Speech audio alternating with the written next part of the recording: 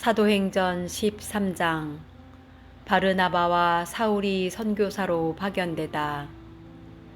안티오키아 교회에는 예언자들과 교사들이 있었는데 그들은 바르나바, 느게르라고 하는 시메온, 키레네 사람 루키오스, 헤로데 영주의 어린 시절 친구 마나엔, 그리고 사울이었다.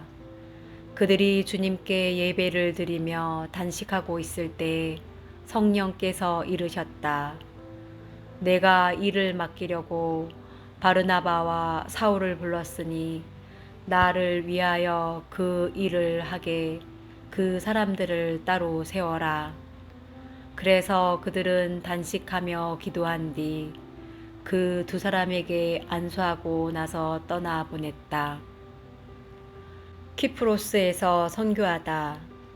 성령께서 파견하신 바르나바와 사울은 셀레우키아로 내려간 다음 거기에서 배를 타고 키프로스로 건너갔다. 그리고 살라미스에 이르러 유다인들의 여러 회당에서 하느님의 말씀을 선포하였다. 그들은 요한을 조수로 데리고 있었다. 그들이 온 섬을 가로질러 파포스에 다다랐을 때에 마술사 한 사람을 만났는데 유다인으로서 바르예수라고 하는 거짓 예언자였다. 그는 슬기로운 사람인 세르기우스 바오로 총독의 수행원 가운데 하나였다. 총독은 바르나바와 사울을 불러 하느님의 말씀을 듣기를 원하였다. 그러나 그리스 말로 마술사를 뜻하는 그 엘리마스는 총독이 믿지 못하게 막으려고 그들을 반대하고 나섰다. 그때 바오로라고도 하는 사울이 성령으로 가득 차 그를 유심히 보며 말하였다. 온갖 사기와 온갖 기만으로 충만한 자, 악마의 자식, 모든 정의의 원수, 당신은 언제까지 주님의 바른 길을 왜곡시킬 셈이오. 이제 보시오. 주님의 손이 당신 위에 놓여 있소. 당신은 눈이 멀어 한동안 해를 보지 못할 것이오. 그러자 즉시 짙은 어둠이 그를 덮쳐 그는 사방을 더듬으며 자기 손을 잡아 이끌어줄 사람을 찾았다. 그때 그 광경을 본 총독은 주님의 가르침에 깊은 감동을 받아 믿게 되었다. 피시디아의 안티오키아에서 선교하다. 바오로 일행은 파포스에서 배를 타고 팜필리아의 페르게로 가고 요한은 그들과 헤어져 예루살렘으로 돌아갔다. 그들은 페르게에서 더 나아가 피시디아의 안티오키아에 이르러 안식일의 회당에 들어가 앉았다. 율법과 예언서 봉독이 끝나자 회당장들이 그들에게 사람을 보내어 형제들이여 백성을 격려할 말씀이 있으면 해 주십시오 하고 말하였다. 그러자 바오로가 일어나 조용히 하라고 손짓한 다음 이렇게 말하였다. 이스라엘인 여러분, 그리고 하느님을 경외하는 여러분, 내 말을 들어 보십시오. 이 이스라엘 백성의 하느님께서는 우리 조상들을 선택하시고 이집트 땅에서 나그네 살이 할 때 그들을 큰 백성으로 키워주셨으며 권능의 팔로 그들을 거기에서 데리고 나오셨습니다.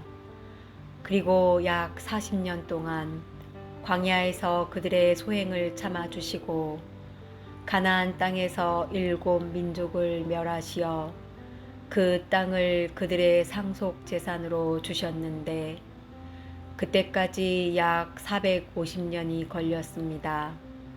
그 뒤에 사무엘 예언자 때까지 판관들을 세워주시고 그 다음에 그들이 임금을 요구하자 하느님께서는 베냐민 지파 사람으로서 키스의 아들인 사울을 그들에게 40년 동안 임금으로 세워주셨습니다.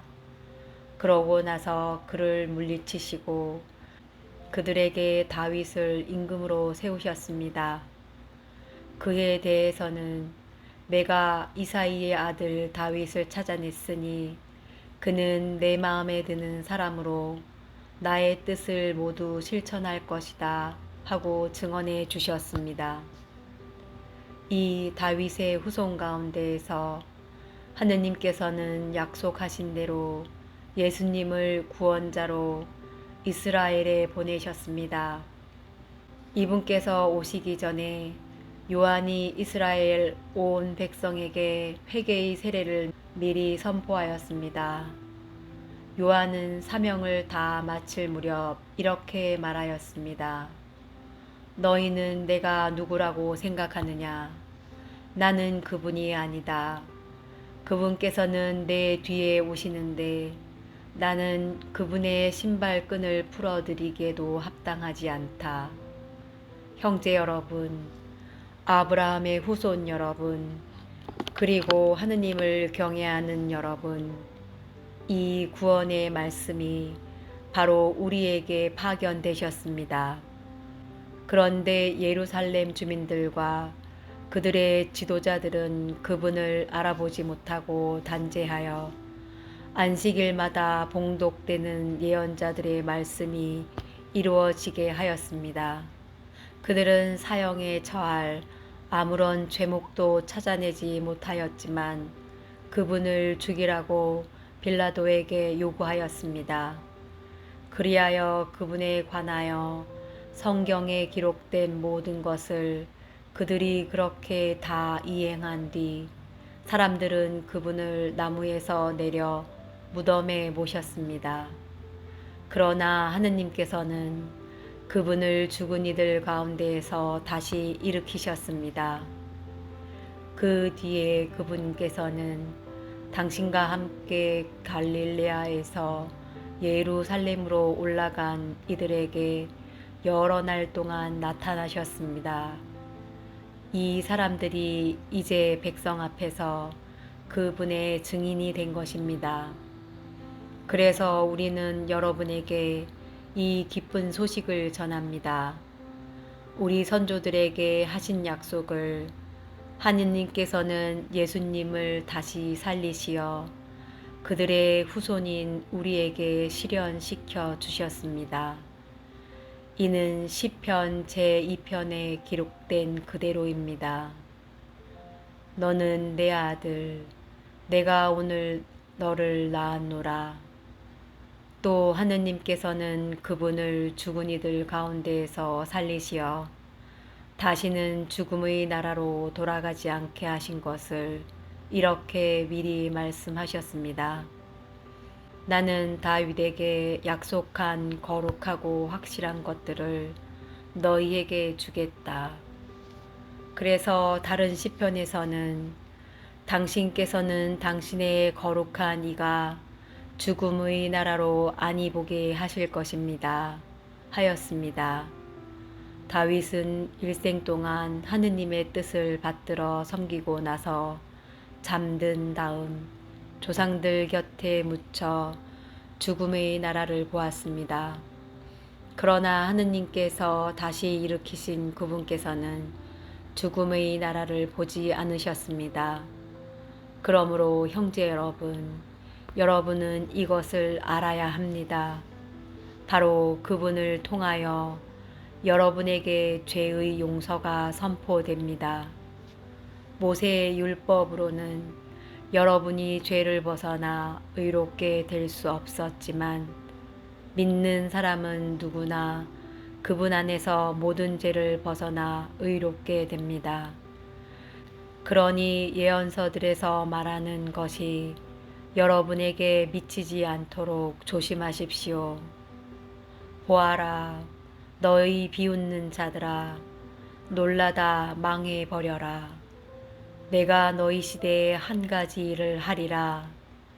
누가 너희에게 일러 주어도 너희가 도무지 믿지 못할 그런 일이다. 그들이 회당에서 나올 때 사람들은 다음 안식일에도 이러한 말씀을 해달라고 청하였다. 회중이 흩어진 뒤에 많은 유다인과 유다교로 개종하여 하느님을 섬기는 이들이 따라오자 바오로와 바르나바는 그들에게 이야기하며 하느님의 은총에 계속 충실하라고 권하였다. 그 다음 안식일에는 주님의 말씀을 들으려고 도시 사람들이 거의 다 모여들었다. 그 군중을 보고 유다인들은 시기심으로 가득 차 모독하는 말을 하며 바오로의 말을 반박하였다. 그러나 바오로와 바르나바는 담대히 말하였다. 우리는 하느님의 말씀을 먼저 여러분에게 전해야만 했습니다. 그러나 여러분이 그것을 배척하고 영원한 생명을 받기에 스스로 합당하지 못하다고 판단하니 이제 우리는 다른 민족들에게 돌아섭니다. 사실 주님께서 우리에게 이렇게 명령하셨습니다. 땅끝까지 구원을 가져다 주도록 내가 너를 다른 민족들의 빛으로 세웠다. 다른 민족 사람들은 이 말을 듣고 기뻐하며 주님의 말씀을 찬양하였다. 그리고 영원한 생명을 얻도록 정해진 사람들은 모두 믿게 되었다. 그리하여 주님의 말씀이 그 지방에 두루 퍼졌다. 그러나 유다인들은 하느님을 섬기는 귀부인들과 그 도시의 유지들을 선동하여 바오로와 바르나바를 박해하고 만들고 그 지방에서 그들을 내쫓았다. 그들은 발의 먼지를 털어버리고 나서 이코니온으로 갔다. 제자들은 기쁨과 성령으로 가득 차 있었다.